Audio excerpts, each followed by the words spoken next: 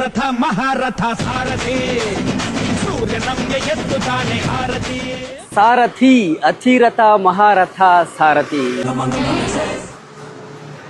So ಸಾರಥಿ ಅನ್ನೋದು ಒಂದು sentiment ಇದೆ. ಇತ್ತೀಚಿನ ದಿನಗಳಲ್ಲಿ ಈ ಡಿಜಿಟಲ್ ಮಾಧ್ಯಮ ಬಂದ ಮೇಲಂತೂ ಥಿಯೇಟರ್ಗಳು ಎಲ್ಲಾ ಕಡೆನೂ ಗ್ರಾಮೀಣ ಪ್ರದೇಶದಲ್ಲಿ ಥಿಯೇಟರ್ಗಳು ಮುಚ್ಕೊಂಡು ಹೋಗ್ತಾ ಇದೆ. ಆಮೇಲೆ ನಾವು ಅಂದ್ಕೊಂಡಂಗೆ ಕಥೆಗಳಾಗ್ಲಿ ಇನ್ನೊಂದಾಗ್ಲಿ, ಒಂದು ಡೈರೆಕ್ಟ್ರು ನರೇಶನ್ ಕೊಡೋ ಟೈಮಲ್ಲಿ ಕಥೆ ಹೇಳೋ ಟೈಮಲ್ಲೇ ಬೇರೆ ತರ ಇರ್ತದೆ. ಆಮೇಲೆ ಹೋಗ್ತಾ ಹೋಗ್ತಾ ಸಿನಿಮಾ ಮಾಡುವಾಗಲೇ ಬೇರೆ ತರ ಆಗಿರ್ತದೆ. ಸೊ ಇವನ್ನೆಲ್ಲ ನೋಡಿ ಹಿಂದೆ ನಾನೇನು ಸಾರಥಿನಲ್ಲಿ ಹಾಕಿದ್ವಿ 14 ವರ್ಷಕ್ಕೆ ಅಂತ ಹೇಳಿದ್ರು, ಎಲ್ಲ ಒಂದ್ ಕಡೆ ಮನಸ್ಸಿಗೆ ನೋವು ಆಯ್ತು, ಸಂತೋಷ ಒಂದ್ ಕಡೆ ಆದ್ರೆ ನೋವು ಆಗಿತ್ತು.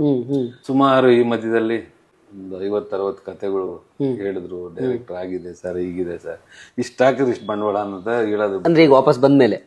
ಓಕೆ. ಸೊ ಅವ್ರು ಯಾರನ್ನು ಕಥೆನಲ್ಲಿ ಉಳ್ಳಿದೆ ಇದು ಹಿಂಗಿದೆ ಸರ್, ಇದ್ ಮಾಡಬಹುದು ಆದ ರೀತಿ ಹೇಳ್ತಿರಲ್ಲ ಸರ್. ನೀವು 10 ಕೋಟಿ ಹಾಕಿರಿ 20 ಕೋಟಿ ಬರ್ತದೆ, ನಿಜವಾಗ್ಲೂ ಮಾಡಿದ್ರೆ ಇಂಥ ಕತೆ ಮಾಡಬೇಕು ಅಂತ. ಆಮೇಲೆ ನಾವು ಕೇಳಿದ್ವಿ, ಅಲ್ಲಪ್ಪ ಈ ತರ ಒಂದು ಒಳ್ಳೆ ಕತೆ ಇಟ್ಕೊಂಡಿದ್ಯಾ, ನಿಮ್ಗೆ ಯಾರು ಪ್ರೊಡ್ಯೂಸರ್ ಸಿಗ್ಲಿಲ್ವಾ?